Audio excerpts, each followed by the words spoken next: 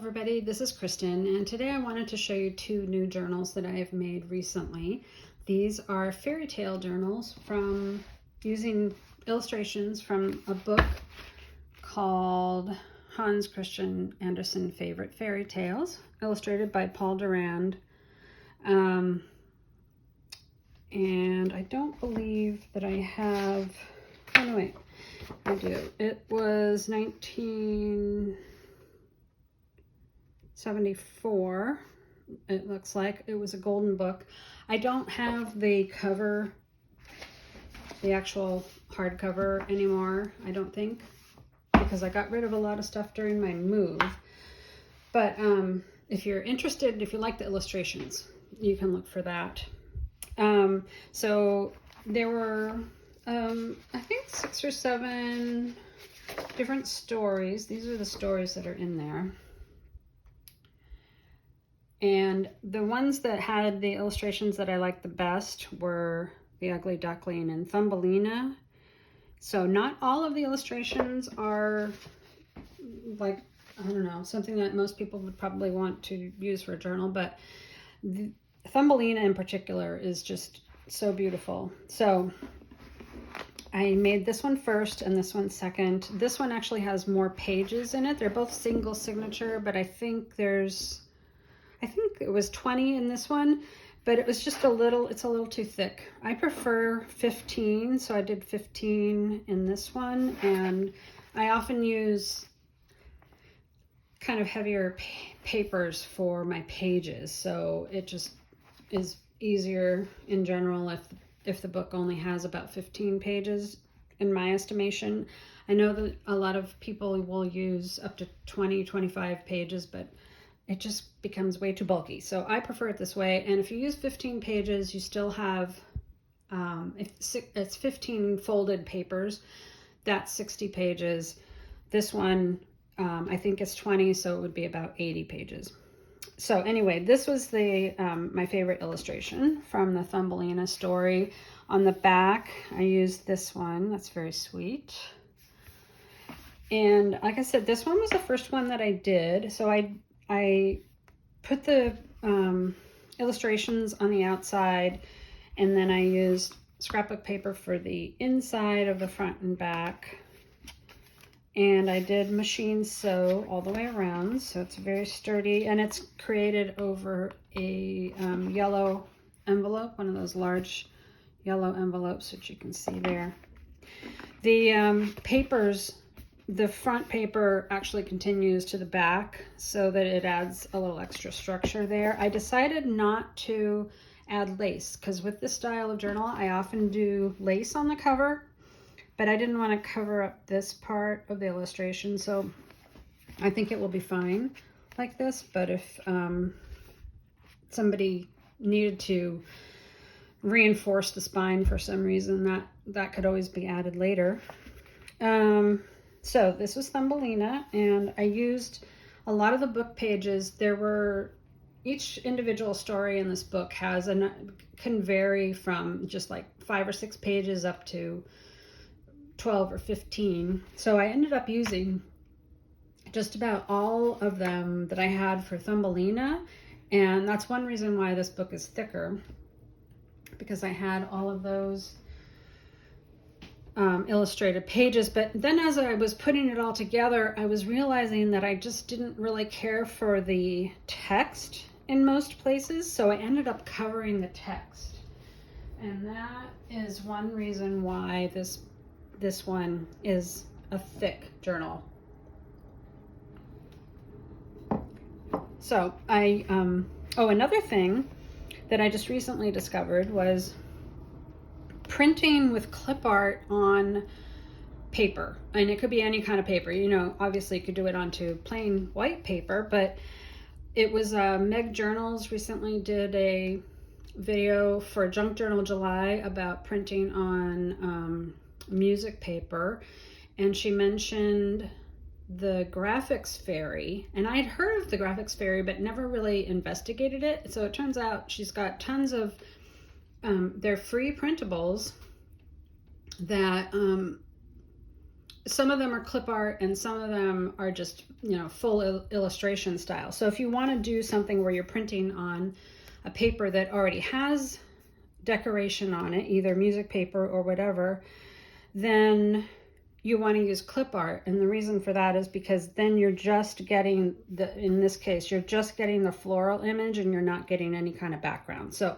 anyway, that was super fun. So I did a whole bunch of them, and you'll see them, these floral illustrations, in both of these two journals. Also, as I was working, I added, like here, I added some tea-dyed paper to cover up the text, and then I got out my stickers, and I had fun sticking stickers everywhere. So this is an illustration from the book, but I didn't like the text, so I put music paper down here and some stickers. And then there's tea-dyed papers as well. And when you start adding stickers, you all of a sudden realize that there are places that don't have stickers, so you better stick something down. So I went a little sticker crazy in here, but look at how beautiful these illustrations are. So fun. And here I did leave this text. I don't know. I didn't feel like covering it up, I guess. I don't know. It also says, "What a lovely little girl," which is kind of nice. This is just a page from a garden book, and I covered up this backside with some tea-dyed paper. There's another illustration from the book. So you'll see that these pages are almost completely ready to write on or do whatever it is you want to do in your journal. If it's photographs, collage, whatever, you can just go. If you wanted to just write, then it's just all ready. There's almost nothing that you would need to cover up, from my opinion anyway. Here I did leave a little bit of text, but that's mainly because it's so tiny. You could cover that if you wanted to. But there's a lot of tea-dyed. There's tea-dyed doily. This is tea-dyed coloring book page. This is another book illustration. So because I added all these things, it took a long time actually to put this together because I glued down so many papers over the text in the pages. This is handmade paper that I got at Paper Source. And it's really cool because this is like, it's translucent. It's almost like waxy. I'm not sure exactly how they make that, but it's really pretty paper. There's another book illustration, cover to text. Now this is one of the clip art printables from the Graphics Fairy that I put over this paper here.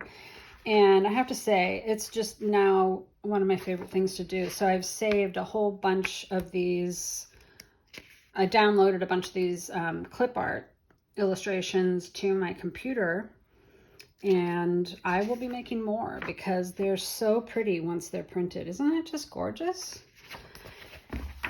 Yeah.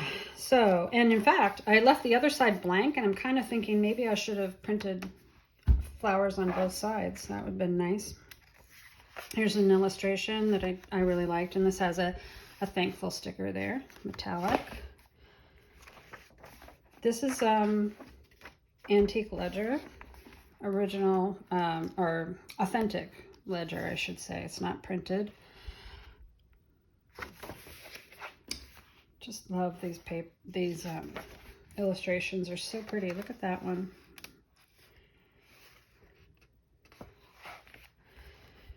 Here's another one where I covered the text. Oh, actually, I think this was an illustration from another story in the book, and I didn't care for it, so I covered that with some music paper. And then this is actually a music page. I liked the words on there. This is the center of the book, which has, this is cardstock, scrapbook paper. And I did add just a few little tags made from scrapbook paper because I just need to use all the things, and scrapbook paper is one of those things I need to use. This is another illustration. So the book had the end papers had little small illustrations, multiple of them on both the front and the back end papers. So I cut this one out because that's really sweet. Just made it into a journal card. And I liked this paper because it has a crane, an egret. I'm not sure what that's supposed to be. Maybe it's an egret, but I thought that was really pretty. Kind of went with the story. All right. So this is a tea-dyed paper that just got an interesting, it was stacks of paper, and it just got this really interesting shading there, which I thought was really cool. And this is a sticker. This is one of those translucent matte sort of stickers. Those are really great. I got it in a pack, you know, like a booklet of stickers from probably Michael's or Joann's, and there was only one page of stickers like this, but now I need to find more of them because I like it because it's not super shiny.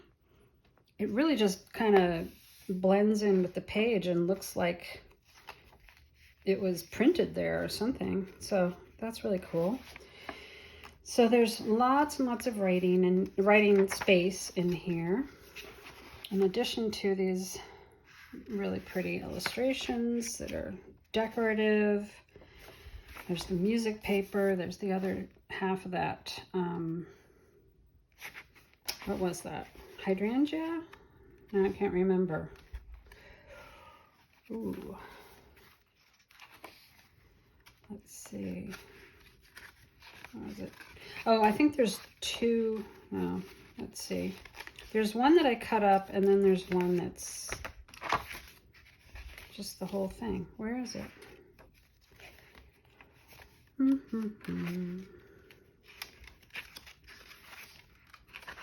Right there.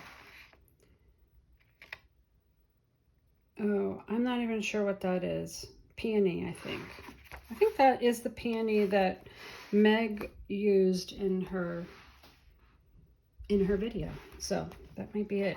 Anyway, that's the other part of it. There's that handmade paper.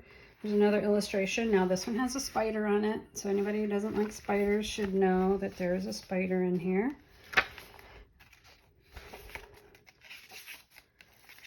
So these pretty tea-dyed papers, which actually, you know, I always thought originally that if I tea-dyed something, then everything had to be tea-dyed. But I actually really like the contrast of the tea-dyed and the white pages. And these book pages, they are much whiter than the tea-dyed papers, but they do have a little bit of patina on the edges. So I think they all just really blend nicely together.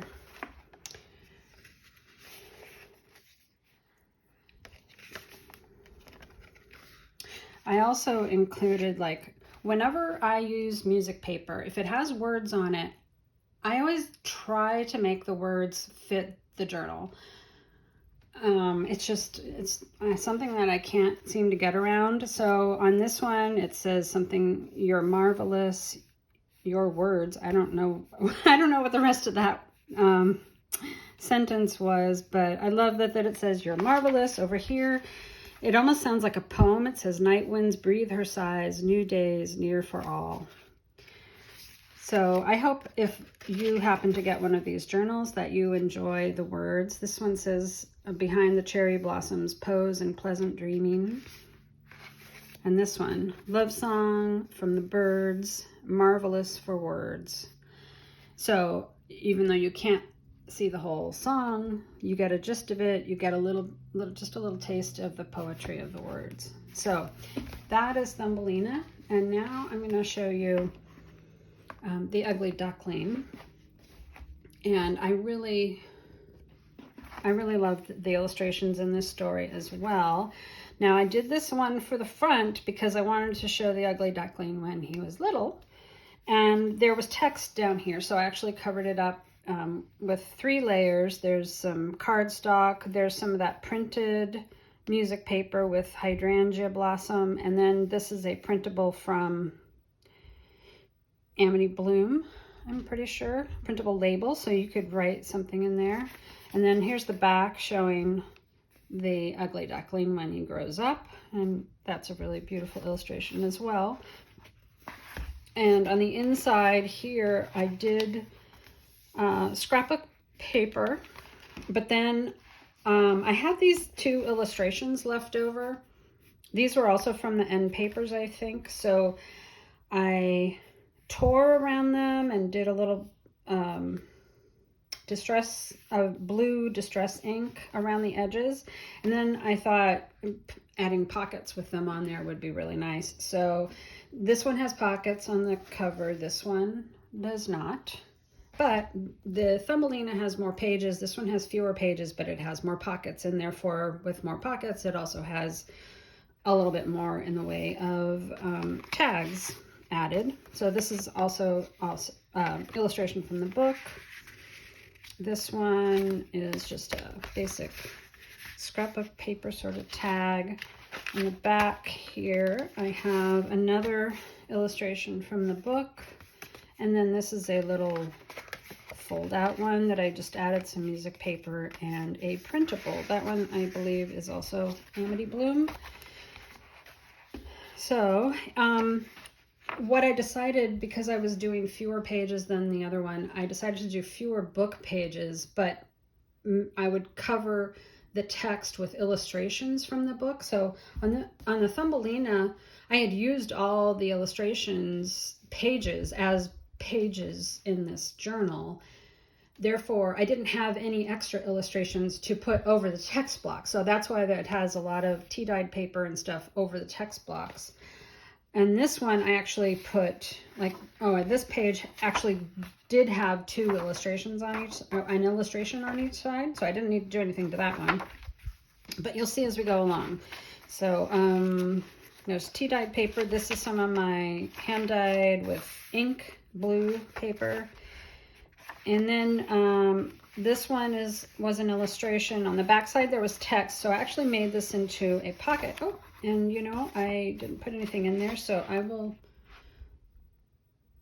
see if I can find something to put in there. There's music paper that says today. Thought that one was nice. Here's one of the pages. This had, actually, I think this one had text on both sides, so I cut an illustration to add to each side of it. So this is actually a very sturdy page now because it's like 3 pieces of paper. But anyway, it's got illustrations from the book. There's that antique ledger, tea-dyed coloring book page. This is another one where I added an illustration over text that was on the page. This bit of text I did leave here because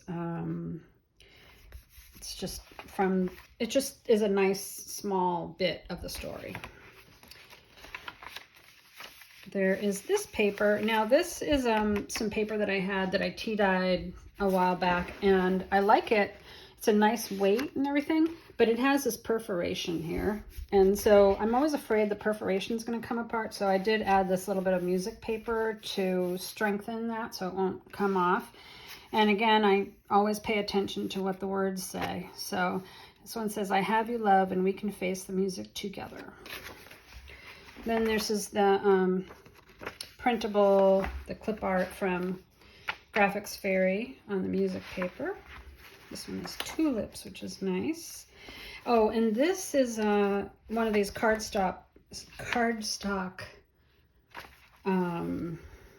almost like a folio, I guess. I did have pockets in it, so I made a bunch of these a while back for covers for Traveler's Notebook journals, and I made a whole bunch of Traveler's Notebook journals. Those are in my shop. If you are interested in Traveler's Notebook, you might like them. They're little inserts.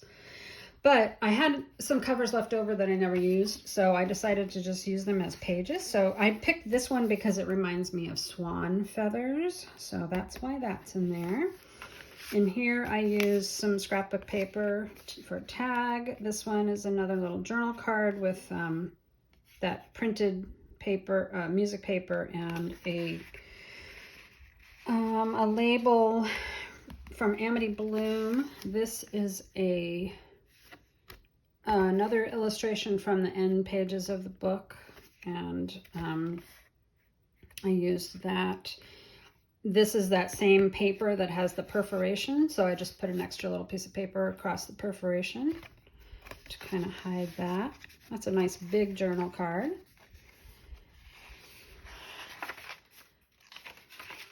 Here's another illustration from the book. So this is the actual page that was in here, had that illustration on the back.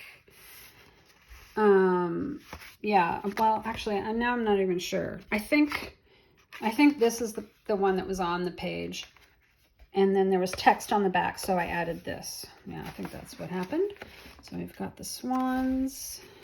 There's that antique ledger. This is another page where the it had illustrations already on both front and back, so I just left that. And there was a little bit of text, so I covered it up with some music paper that says, "Looking for the light of a new love to brighten up the." So you can finish that as you like. There's the music paper. There's another illustration from the book. I think this is the original page. There was text here, so I added the music paper to cover that. So there was another page of both sides of this half had text, so I covered it with music paper and more music paper, but this one was printed with the hydrangea.